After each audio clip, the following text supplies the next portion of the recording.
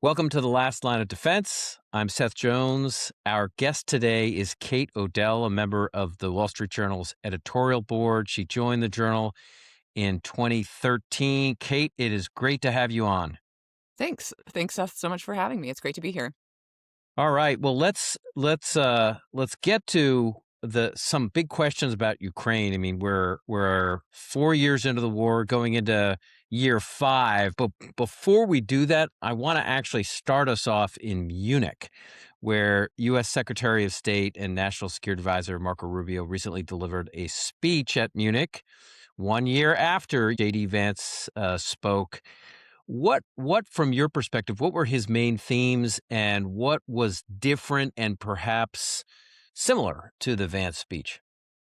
Well, I think Rubio's speech does bear directly on the anniversary of the war in Ukraine, so it's relevant to our discussion. But I mean, Secretary Rubio basically called for a renewed Atlantic alliance and a renewal of the underlying force behind that relationship, which is Western civilization.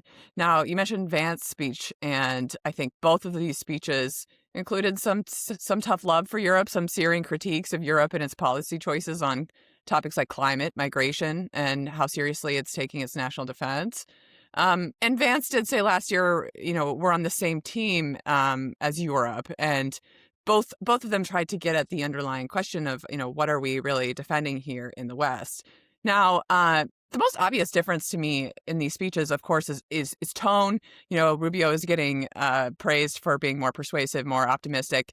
I think the difference is much larger than that. But I mean, even just to say a quick word on tone, if we are trying to convince our European allies to make some very hard policy choices and follow us in a new direction, that's going to require leadership. And I think tone and the ability to persuade is an indispensable feature of that. So even on tone alone, I think it was an improvement by really rooting the challenges that the U.S. faces in a kind of shared cultural and fundamental relationship with Europe. But real quick, I mean, I think Vance and Rubio really did plant their critique on different intellectual soil. I think Vance's critique is kind of rooted in his more nationalist worldview, and I think he would suggest there's really less on the line, that Europe's free speech policies, that its decadence has become so pronounced that that relationship might not be able to be saved. And I think Marco really drew from a different tradition and basically said, actually, America's fate will never be independent from Europe's, and we learned that through 2 world wars. And so I'm fascinated by this because I think Marco, the Rubio speech really did get a ringing endorsement from a lot of different parts of the conservative coalition. I think it really shows that his sort of internationalism, his unapologetic defense of freedom as superior, is really actually the way forward for the Republican coalition and political factions. So one area that Marco did not spend a lot of time talking about, in which there does appear to be, a gap between where the administration sits and where a number of European countries sit, is on Russia. I mean, I have traveled over the last year pretty extensively through Finland, the Baltics, Poland, I mean, now even Germany, where you see this deep sense of concern, even with the struggles that Russia has had in Ukraine, which we'll talk about, this deep concern about a long-term Russian threat, which is why we're seeing a buildup and increasing defense budgets, in part in NATO's eastern flank.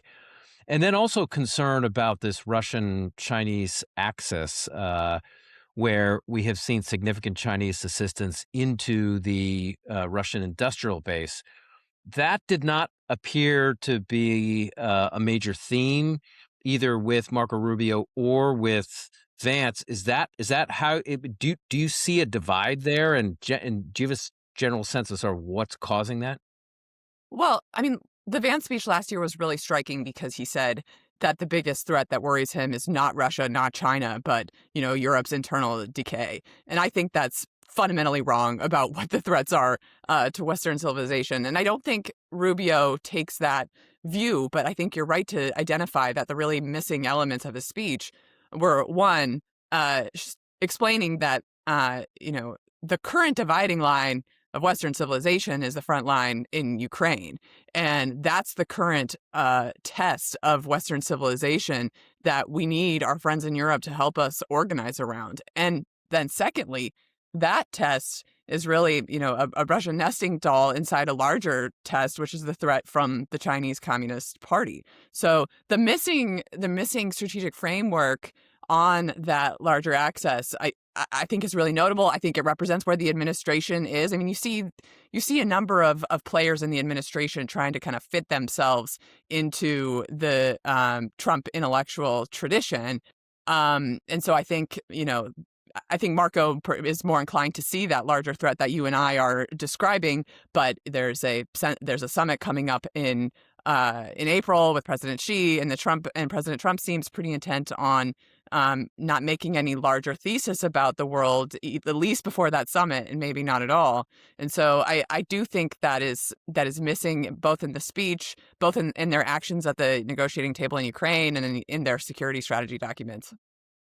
Kate, it's interesting. One of the periods in the last year where that sort of hit home most significantly was I took a tour with Finnish Homeland Security folks of the underground bunkers underneath Helsinki, and they have a large space. They're used for things like probably not surprising because it's the Finns, for what's essentially street hockey during the winter and summer months underground. There's like concession stands.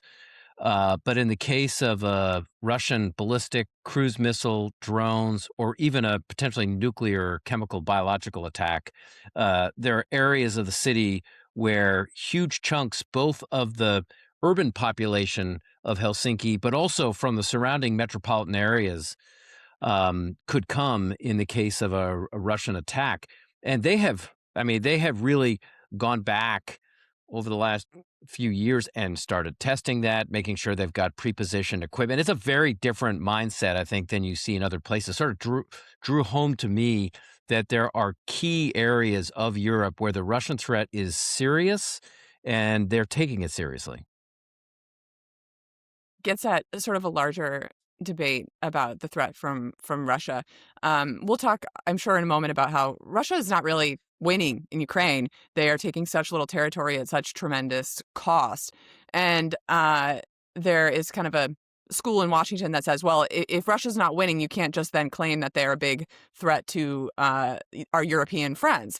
And, the national defense strategy from the Trump administration even says, Russia's in no position to become a continental hegemon. And I think that really misidentifies the threat from Russia, and that it is not just a nuclear threat. And I think we need to have more attention on, first of all, Ukraine has shown us that Putin is quite serious about reconstituting his imperial possessions, and so we should take him seriously on the Baltics. If he's able to turn this underperformance into Ukraine into something approaching a manageable victory, we can expect him to use that to basically, to prepare for a larger contest against NATO. And what's gone on in Ukraine has given him just a new animus toward NATO for opposing his invasion into Ukraine. And so I'd add to that briefly too. Russia could pose a particular threat to the United States in kind of a simultaneity scenario that we talk about sometimes around the Pentagon. And just if the Russian military were to provoke a crisis in the Baltics at the same time that the United States was bogged down in the Pacific, that could create a real run on U.S. military power. And I mention all that because I think we can hold competing thoughts in tension, which is just that Russia is not prevailing in Ukraine, that there's still opportunities for the West there. But if we let them prevail in Ukraine, it's going to make them a larger threat over the next decade. And in so many ways, Ukraine really is an inflection point, I think, about the United States deciding what Russia is going to be like to deal with for a generation. Yeah, it's worth pointing out that the Russian industrial base continues to get significant assistance from China in a range of components for virtually every major Russian weapons system. The Chinese are providing everything from microprocessors to a range of components within radars, drones, as well as some North Korean and certainly Iranian components as well. And, it's interesting that if one looks at the historical period after the end of the first Chechen war, the Russians used that period of 3 years to rearm after struggling and then went right back at it. So they do have a history in the last couple of decades of rearming even after struggling. But let's turn to Ukraine and I think get right to the one of the big issues that you highlighted earlier. There is, one might call it, some conventional wisdom that Vladimir Putin will eventually prevail because Russia is the larger power, and Putin can keep throwing men, and it's mostly men, into his human meat grinder. Is that how you see it? Russian inevitable victory in Ukraine?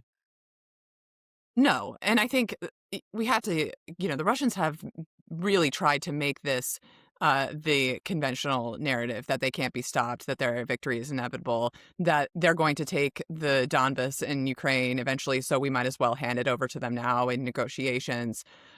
Look, when you look back at how much progress the Russians have made, I mean, we're talking about meters a day over some of the heaviest fighting in some of their offensives around Pokrovsk. It's like starting your day on the 42nd block in Manhattan and ending your day on the 43rd block in Manhattan. That is how slow some of the progress has been some of the advancing has been for the Russians. And on the cost side of the ledger, uh, you know, something like more than 1 million casualties at this point, including maybe 300,000 killed from that brief that you helpfully wrote. It's just explaining what the cost of these small minor advances are.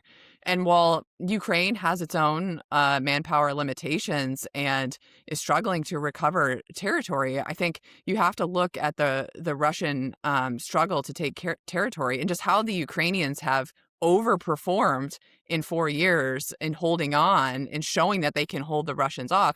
I think that overperformance should be reflected in a peace settlement. And the terms that we're currently talking about now are so favorable are more favorable to the Russians that you would think they'd been more successful than they are. So no, we still too can make different choices. I think it's quite clear that to get Putin to negotiate seriously and not just continue to drag out talks so he can make these small grinding gains on the battlefield, we are probably going to have to give Ukraine more offensive firepower and show Putin that he is going to have to negotiate. And I think the American public is open to hearing that case. I think President Biden was slow to give weapons, reluctant to give them in large numbers.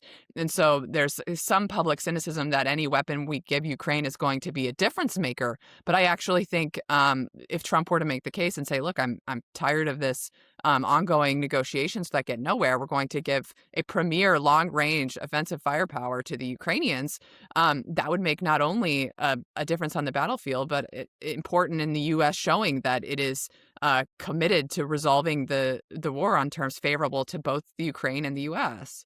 Yeah, I do want to get to the negotiations, a little bit more of the negotiations in a moment, but I just want to put some numbers to back up your comments earlier. So if you look at least our data, and you begin from February 2022, the beginning of the full-scale Russian invasion, and then you at least stop the clock at the end of December of 2025, by our estimates, somewhere in the neighborhood of 1.2 million Russian casualties, which is more losses from our data than any major power in any war since World War II. Just sort of stunning how many losses the Russians have taken. And at current rates, we're probably looking at about 2 million total Russian and Ukrainian casualties by roughly April if it continues at the same rate. So it's sort of stunning numbers. And then just to look at the average rates, which you mentioned earlier, by our calculations, the Russians are moving on various axes at between 15 and 70 meters per day. And just to put a fine point on it, when you look at some of the most intense, high casualty offensive campaigns in the last century or so. They are ones that most people have probably heard of: the Battle of the Somme during World War I, where average French and British advances were about 80 meters per day. So the Russians are even slower than some of the highest offensive campaigns we've seen in the last century. Now, there are some things that the Russians have done okay, and in some cases actually quite well. They're pretty good on the electronic warfare side, on drones and drone production and drone usage. Their Rubicon unit's actually been quite effective at targeting the Ukrainians. So it's not like they're doing some things at the tactical and maybe even the operational level okay. I think what we're seeing is just some huge challenges and high costs that they're suffering. I suspect when we look, Kate, at where the Russians are sort of losing casualties, it's kids and men in some cases from the Far East and the Caucasus. So it's not the sort of politically important areas for Putin in areas like Moscow or in St. Petersburg. And that's probably important for him politically, that I think he probably believes he can continue to fight to some degree, because these are people that he believes that are expendable, I think, in his view. But I think this does bring us to this negotiations discussions, including the next round in Geneva. What, from your standpoint, what do the contours of an actual serious peace deal look like? And then I want to talk a little bit about what security guarantees and actual veritable security guarantees might look like as well. Well, the Secretary of State Rubio has said, okay, we're continuing to work on the issues and we've narrowed them to the toughest issues. And the access that it seems to be turning on is, how much the more land Ukraine has to give up, the more ironclad those security guarantees need to be for Ukraine. So if Ukraine is going to give up more territory in the Donbas, they need pretty hard guarantees, probably directly from the United States and ratified by the U.S. Senate. The problem, of course, is that the tougher and more teeth that are in the security guarantees, the less likely that Vladimir Putin is to accept a peace deal. And Putin has dismissed even a complement of European troops being stationed in Ukraine as part of a security guarantee. And so I'm open to a deal that, Ukraine doesn't recover all of its territory and that the war ends with less justice than Ukraine deserves at this point. But I think we're far from a discussion on what security guarantees actually look like, because Putin is still quite committed to his goal of absorbing as much of Ukraine as he can on the battlefield and not tolerating really any Western blocking of that goal. So let me just ask you this then. Looming question is what would the implications for the U.S. and for Europe be of a weak peace, one that actually fails to provide serious security guarantees to Ukraine, but then does concede territory to the Russians, including in the Donbass, Donetsk, Luhansk? Just to quote GOP Senator Roger Wicker, the chairman of the Senate Armed Services Committee, as he put it last year, and I've spoken to him about this several times, including testifying before him last year. I mean, he said a weak peace would let Mr. Putin, quote, off the mat, and the Russians would rearm with a renewed animus for NATO. Is that your concern if there is a weak peace?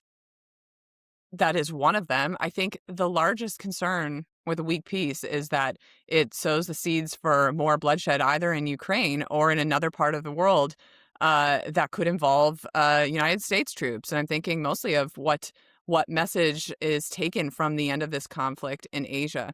But at a very practical level, some of the territory that Ukraine's being asked to give up in the Donbas is a fortress belt that Ukraine has defended very heavily and for years now, and that Putin has struggled to take by military force. And so as just a purely practical matter, if you hand him that territory, you're handing him favorable ground to restart the war at a later date.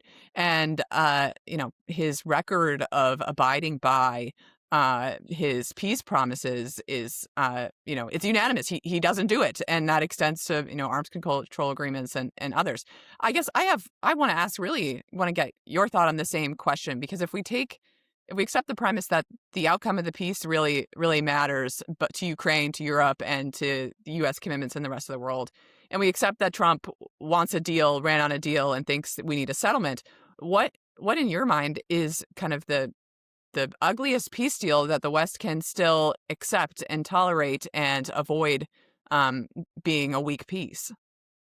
Well, I think there is certainly an avenue for some negotiations on territory, and I think President Zelensky has said that. I mean, he said it when I last saw him. He didn't get too specific into the areas because I don't think he wanted to show hands, but I think the Ukrainians are willing to talk territory. I think the biggest challenge for Ukraine and for Europe, and for that matter, the United States, it goes back to one of the things that you mentioned earlier, which is um, a peace that does not deter a future Russian advance into Ukraine will be viewed as a sign of weakness by the Russians.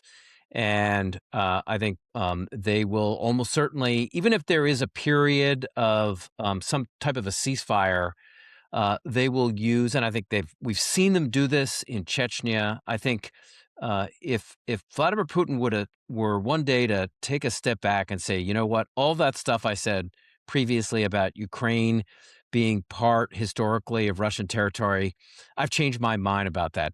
But he hasn't said it. I think he vehemently believes that Ukraine remains historically, culturally, part of imperial Russia. And I think there are other areas, the Baltics, for example, which were former Soviet republics.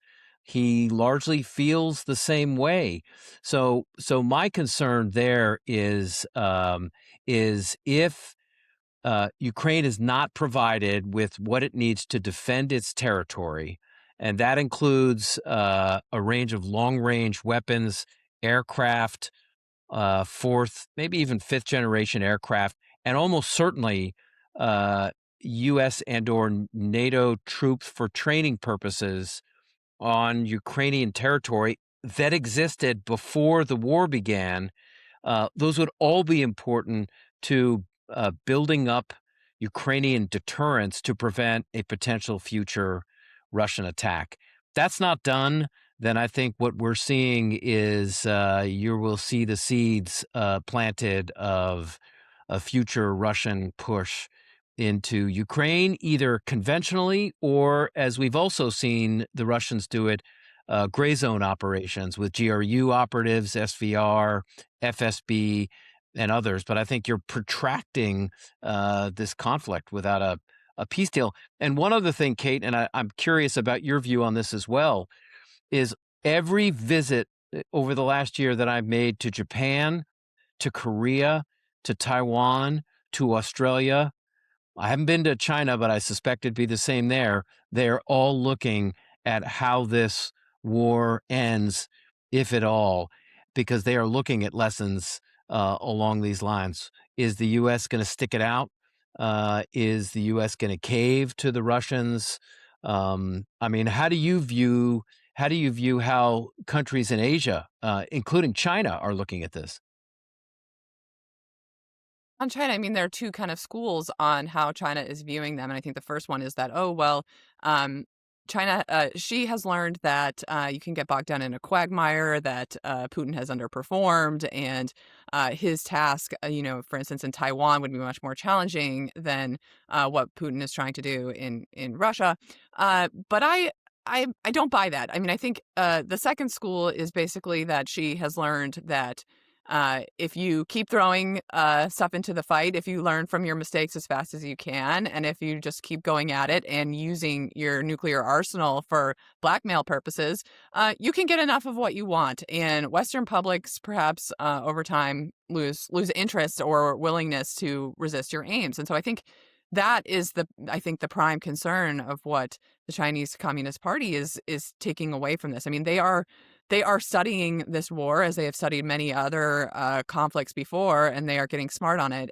one of your one of your recent podcast guests, Mick Ryan, has written about that kind of authoritarian learning model where they are socializing the lessons of the war very quickly. And so, yes, I mean, I think that it seems to me far more likely and that she is learning that you can get what you want at an acceptable cost. And that's why I think the outcome of the peace deal is so crucial. I mean, there's been this long discussion in Washington of like, okay, we need to stop helping Ukraine and focus on what's going on in Asia, the deteriorating security environment in Asia. And I think the deal in Ukraine is the current flashpoint that is either going to deter or encourage a conflict in the Western Pacific.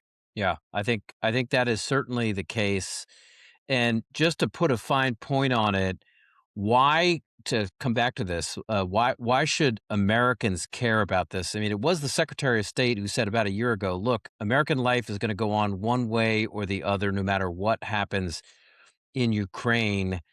That's based on what we've just talked about. That may not be the case if other countries are taking lessons from how the war in Ukraine ends, or in some cases may actually persist.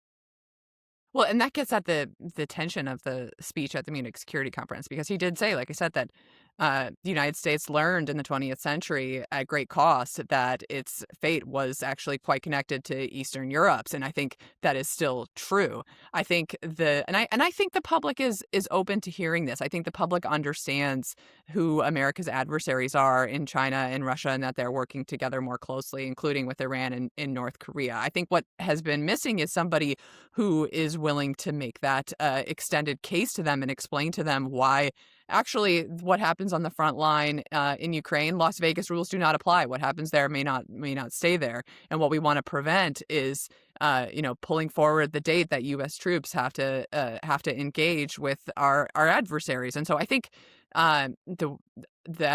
voters are open to hearing that we're being presented with larger questions by an anti-freedom hostile axis here, and it is better to defend those interests forward before they become dire and immediate than it is to wait for them to get worse and be ensnared at a later date. Yeah, it is interesting, Kate, that I have been to Ukraine with members of both the House and the Senate, Republicans and Democrats. And even the Republicans I've traveled with have said, look, it's helpful to go to make an argument to constituents because they're willing to listen. They're willing to listen to kind of informed thoughts on what is going on there.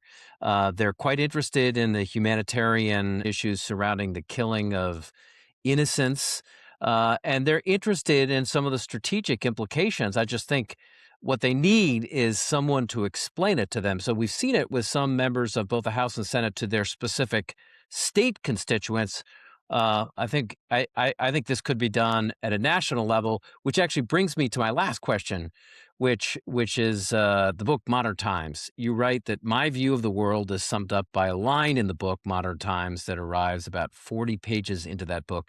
There are no inevitabilities in history, and I'm wondering if you could kind of expand on what that means to you in the context of this discussion.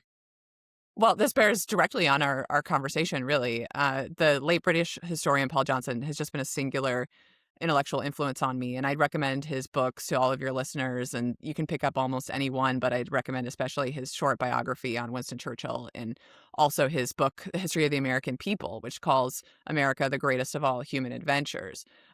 His book, Modern Times, includes this line, there are no inevitabilities in history, and it's a driving theme of the history of the 20th century. And what he's basically rejecting is the idea that we're all carried along by structural forces in history. What he's saying is that ideas and individual leadership can be determinative to what happens. And so that bears directly on our conversation now, because I think the U.S. continues to have choices in Ukraine. I think Marco Rubio actually made a good case for this view of the world in saying that America is not going to sit back and accept managed decline. We're not going to pretend that our way of life is just one among many. But it does resonate, because even though we are late. We are 4 years into the war in Ukraine. We can't undo some of the choices we've made, some of the recalcitrance we've had at giving them actual weapons to defend themselves. But we still have choices, and I think that is an enduring truth, that there's nothing inevitable in history. And even for Trump's own legacy, it won't be remembered as an inevitability. It will be remembered as a series of choices the West made and whether it got exhausted at defending its interests in Eastern Europe. Well said, Kate. And thank you very much for joining us today. Really appreciate your thoughts on this really important issue. I don't know that we'll see an end to the war in the near future, so we may be back talking about this sooner rather than later. Thanks for coming. Thanks, Seth, for having me. Thanks for listening to our episode today. Please subscribe wherever you listen to podcasts. For more analysis, please visit CSIS.org. This is The Last Line of Defense.